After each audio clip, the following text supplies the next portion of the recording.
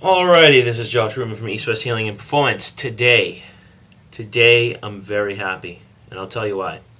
Wednesday on Fox News, there's a trainer as well as a gym, Bally's Fitness, not going to mention the gym, and a trainer at Bally's Fitness are getting sued by a lady.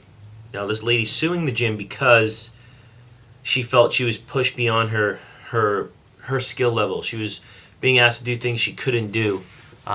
She wasn't given breaks for water, and she felt like the training wasn't training.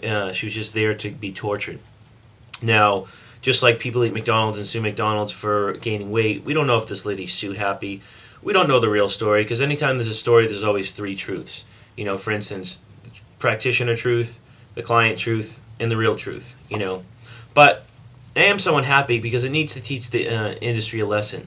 Because in my opinion, there's so many trainers out there that are doing the exact same thing, and they give personal trainers a really bad name. And I'm only telling you this because in our clinic we work with tons of people that come to see us because they're injured, they're pushed by their trainer, they want individualized programs, and they don't want their program to be about blood, sweat, and tears. Okay? So I'm just going to give you some quick insight on how to choose a personal trainer. Obviously, these are my perceptions and my beliefs. Some of you might poo-poo it. Some of you might send me some emails and say, what the heck, I have that certification, I'm a good trainer. Keep in mind, just like in any industry, there's always really good people and really bad people with the same certification. Or there's some people with no education that are really intelligent, and there's people that have a PhD that are about as, thick as concrete, So just take it with a grain of salt. First recommendation is certification. Look at their certifications, talk to them, ask them about their certifications. Call the certification who they got certified by and find out if they're actually keeping up their CEUs every year to actually still hold the certification. Take a look at what level the certification's at. I rank them 1, 2, 3. 1 being the ones that you can just order the book, take the test at home, read the book, and you get the certification in the mail. Number 2, these are your ones like NASM, NSCA, ACE, things like that, that are a little bit better, a little bit more in depth.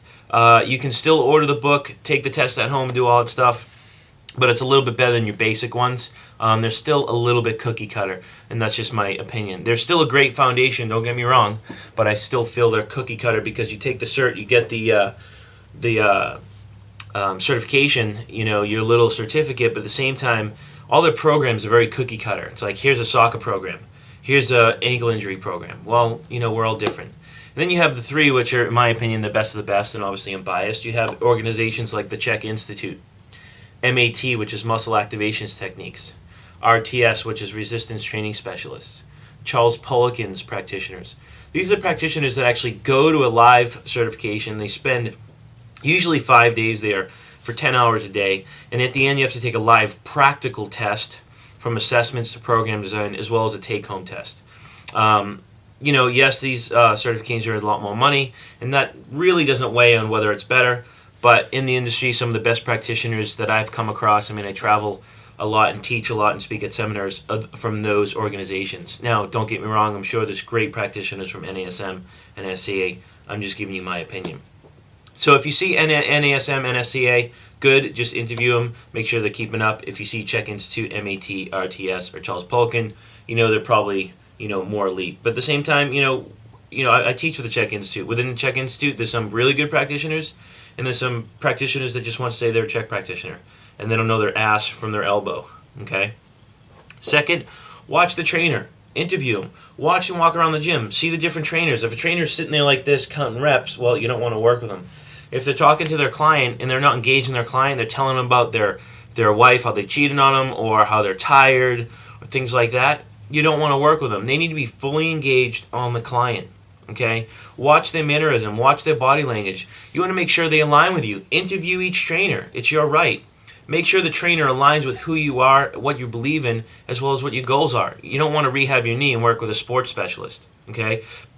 You don't want to be this, very timid female that's working with this really high aggressive, kind of young male. So you always want to align your energy with the client. We qualify all our clients, and we do that only because we want to make sure that they align with us and we align with them. That's the only way they're going to heal.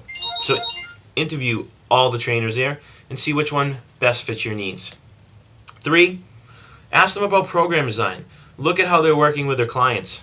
Okay? Ask them if they can see some of their clients' folders, if they're writing programs. If they don't keep folders on their clients and they're not writing programs, then don't work with them. Okay? Because as like they say, whoever they is, if you fail to plan, you're planning to fail.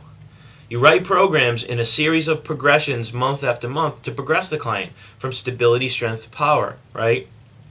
There's a science behind it. It's an art form. If your client's not writing if your practitioner is not writing a program or keeping a file on each client, then they're just guessing. That's the bottom line. How do you build a building without blueprints? You can't do it. Think about the work that you do if you're watching this. If there was no plan, you would never get from A to Z.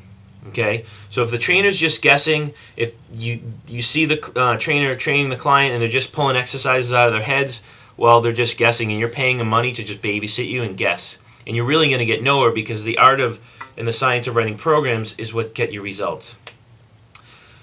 Thirdly, this is part of fourthly, is assessing. Look at the practitioner and make sure they're assessing the client, meaning doing some physical assessments. Maybe they do an intake or some health history or nutritional assessments. If they're not assessing, they're just guessing. Everyone is different. So if you want to lose weight, for instance, there's many reasons why someone might have issues losing weight. Maybe it's because the food you eat. Maybe it's emotional. Maybe it's a hormone imbalance. Maybe it's a gut problem. Maybe it's a thyroid problem, right? On and on. Same thing. If you have back pain, maybe it's a disc problem. Maybe it's spondylolisthesis. Maybe it's gut inflammation. Maybe it's a weak core in your unit. So it's really, they assess to figure out why you have the specific issue. So if they're not assessing, they're just guessing. Okay? And I don't know why trainers work with people without assessing, because all they're doing is creating dysfunction in people, creating wear and tear, and they're really hurting people from my perspective. I'm in gyms all the time and I see it all the time. 5th, fees. Look at the fees. Some people charge $50, some people charge $250. Not necessarily meaning, that's the better one, but typically in life, a lot of the times you get what you pay for. Okay? But at the same time, there are some really low-level trainers that are really good. So interview them, look at what they're doing. Okay? 6th, look at success. A lot of trainers say, I've been in this for 20 years. I've been doing this for 20 years. I'm really experienced. I have, 10 clients a day. I'm booked all day. That doesn't mean they're the best. Money and having clients all day doesn't mean you're successful. You got to wipe that out the window. You want to ask them how many clients they've actually helped reach their goals. That is success. And you'll find a lot of them train people all day, make a lot of money, fill their bank account, and really get no results. So think about success, where your goal is, because if you want your trainer to get you there, you have to find out if they've actually helped people. And you'll see a lot of trainers, unfortunately, have not.